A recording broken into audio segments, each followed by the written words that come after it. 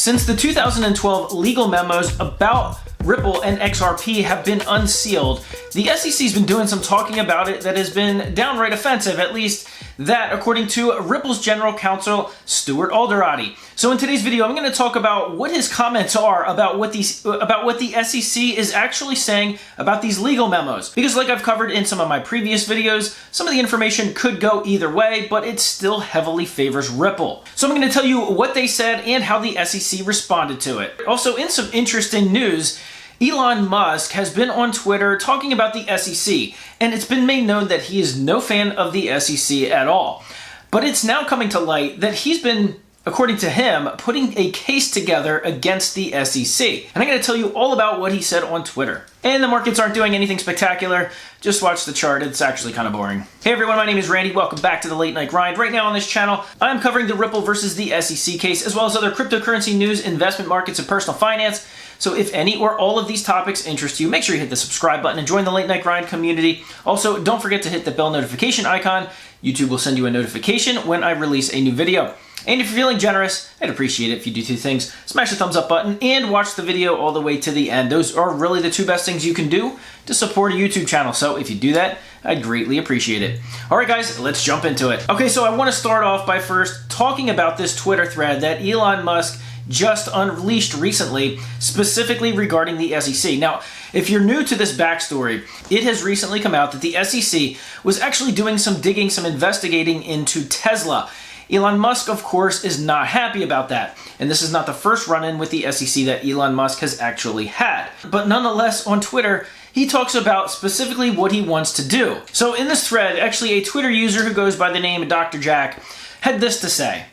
What if Elon Musk and Tesla have been baiting the SEC for years, building their case on the level of corruption, and now they have enough evidence to go public with it all? Grab your popcorn, folks. To which Elon Musk responded, building a case is exactly what I've been doing. Someone followed that up with, starting a case against the SEC is not exactly a good look. To which Elon Musk responded, I didn't start this fight, but I will finish it. That sounds like Elon Musk putting the SEC on notice. Grab your popcorn indeed. So you can actually check out the link in the description to my Twitter profile. I retweeted that conversation if you want to go take a look at it. And I also retweeted it with the following comment. It looks like the SEC could be losing 2 epic cases in 2022.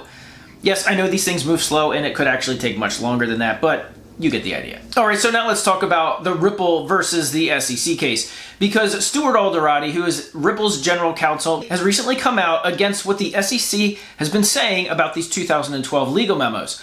In fact, he called it offensive. So just as a little backstory, these legal memos were unsealed. These legal memos were what Ripple, then known as NewCoin, actually received from a law firm known as Perkins Coie about the sales of XRP. And it wasn't XRP back then, it was known as Ripple credits. Now, Ripple was actually asking for guidance at the time, not just were the sales of XRP securities or could they be construed as securities, they were actually asking for guidance on a whole host of different things and legal opinions on different things, including anti-money laundering laws, tax laws, banking regulation, and of course, securities laws. Now, this is something that is not what a company knows what they're doing and is recklessly trying to avoid and break the law actually does.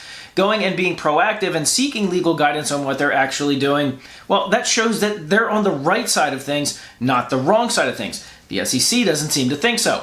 So Stuart Alderati, who is Ripple's general counsel, basically went on the offensive, and on Twitter, the article, the Reuters article that was actually retweeted, somebody responded and said, well, it looks great finally having one of Ripple's attorneys go on the offensive. So here's what he actually had to say about what the SEC says. He said, the fact that you would have a government agency take these memos and use them as a sword or a bludgeon, rather than applauding a company for actually doing the right thing.